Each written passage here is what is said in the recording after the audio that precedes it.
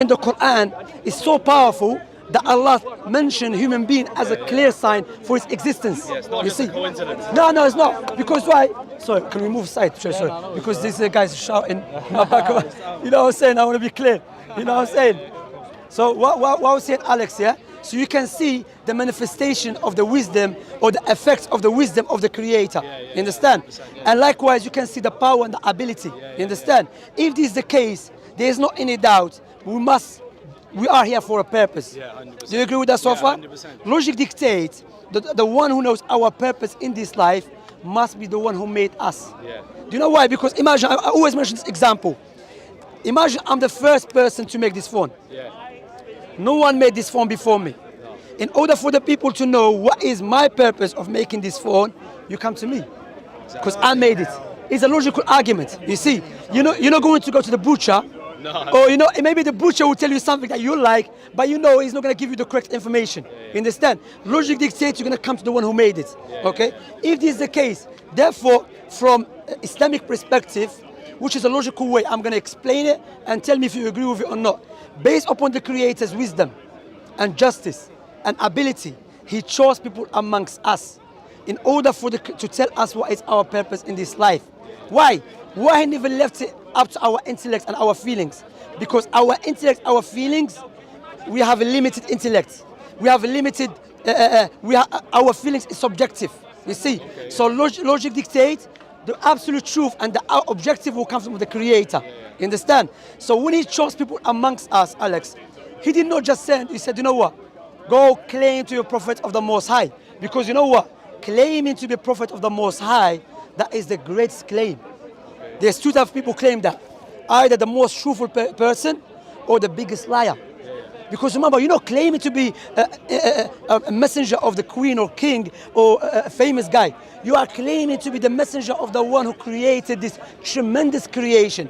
So therefore, logic dictates when the Creator sent the prophets and messengers, He's going to aid them with a clear-cut proofs in order for you and I to differentiate between a true messenger and a false messenger. Does it make sense so far? Yeah, makes sense. Okay, so now, as a Muslim, I'm not going to speak about Jesus, Moses, Abraham, because logic dictates if I establish with a logical proof, tangible proofs, that Prophet Muhammad is a true prophet, logically speaking, the Most High will not choose a liar to convey His message. Do you agree with that so far? Okay, so He will choose a most truthful person. Okay, now, when you look to the Prophet Muhammad, firstly, what was he known for? Was known amongst his nation to be called a trustworthy, truthful person. Honest, And I'm going to show you some clear proofs to know this man must be a truthful person. For example, during his lifetime, he had a son called Ibrahim. His son died, like 2 years old, 3 years old, yeah? His companions, the same day when his son died, eclipse occurred.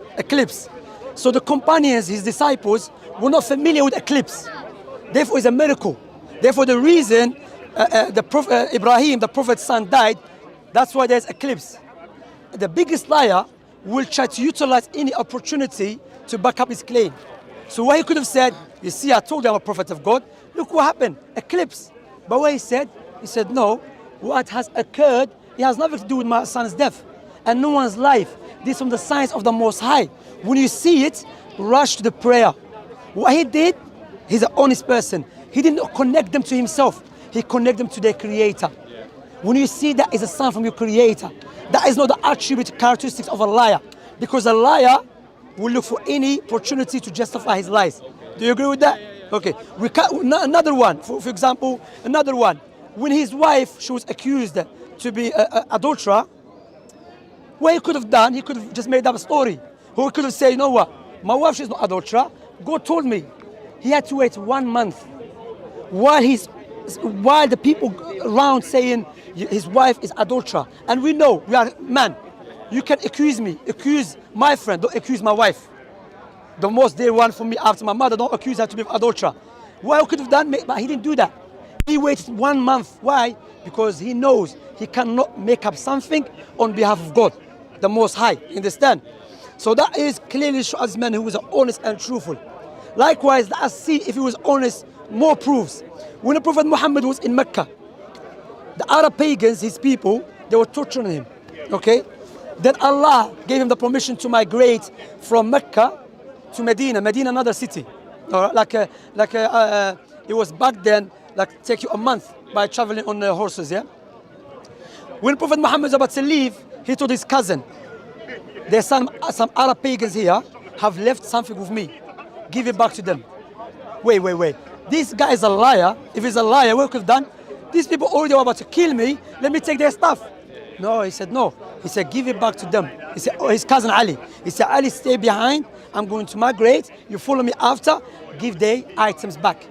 That shows clear cut this man is trustworthy, honest person. That's not the characteristic of a liar. Another one, prophecies. He's the prophecies. I mean, Prophet Muhammad has overwhelming prophecies. For example, let me ask you before we start about the prophecies. Who knows the future in details?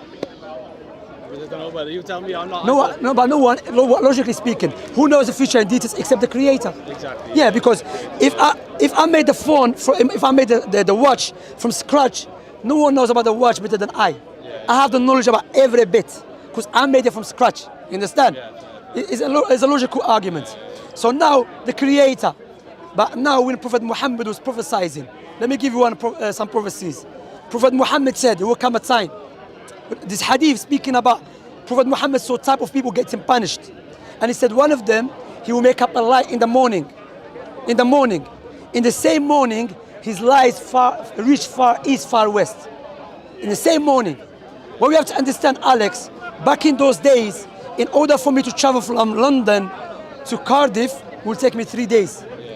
Let alone from my lie to spread far east, far west same day. Now, make up a lie, put it on Facebook, Snapchat, Twitter. Exactly. What's gonna happen? Everywhere. How man that lived 1,400 years ago, prophesizing about something that it was impossible to occur. Rather, some people say, what is he talking about, this guy? How he's telling us that our lie, I'm gonna make up a lie in the morning, and the same morning, my lie is gonna go far east, far west. How? But this knowledge came from who? From the Most High. Like what? Yes. That's why we as the Muslims, we don't believe Islam is the truth because Prophet Muhammad came to me in a dream. And he said, I'm going to tell Alex, believe Islam is the truth. You're going to tell me why, Shamsi? I said, the reason being, one day I was in the alleyway, in nighttime, Prophet Muhammad appeared to me, so believe. No, that is not proof. That's called personal experience. Maybe you saw some devil. It's not even Prophet Muhammad you saw. You understand? That's why Islam, the tangible proofs that Islam is based upon, everyone can see it. Exactly. What do you think what I said so far to you? Brilliant, brother. Does it make sense to you? It does make sense. So if it does make sense to you, you should what? If you believe it makes sense, why don't you follow it up and implement it? I'm not too sure, man. I just... What doubt do you have? Like what questions do you have? Ask any questions. Alex, feel open, bro. I come here to be educated. Bro. No problem, but I'm saying ask. You know what I want you, Alex? I want you to be open. If you don't agree with me, says, you know what, Shamsi, I think this point is invalid. That point, because why? I want you to be honest. I'm not here to, just, you know what I'm saying? I want to make sure that you agree with me, make sense. That's why I always, when I give da'wah, when I preach and I speak to people, I say, if I make sense, let us move on. Because let me make it clear to you. I always mention this example.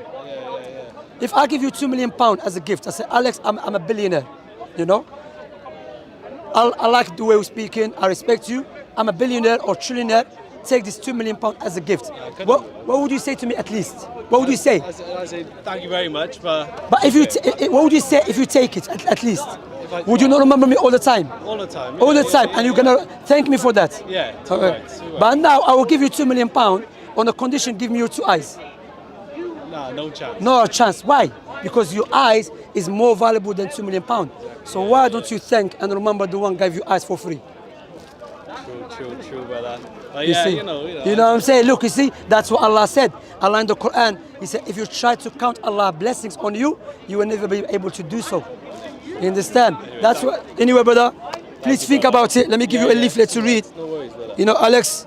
And hopefully I'll come to Cardiff see you soon. Yeah, too right. Come because, see us. Bro, come see us. I love it there. Yeah, it's class, isn't it? Bro, even the people there, very respectful. Yeah, lovely. Yeah, very respectful. I was my wife. My wife, she's wearing the niqab, the burqa. And you know what? very respectful. Everyone saying good morning, everyone saying hi. I was thinking, bro, this is nice, man. Understand? But anyway, Thank you, please brother, think yeah. about it. Yeah, yeah, you have it's your alright. brothers here. Yeah, yeah. Inshallah ta'ala. All right, my brother. Assalamu alaikum. See you in the masjid, Tawheed. Inshallah, yeah, I'm coming. We'll link up, inshallah. We'll meet up, inshallah. We'll go eat something in any place. Thank you for You have, educating him. inshallah ta'ala.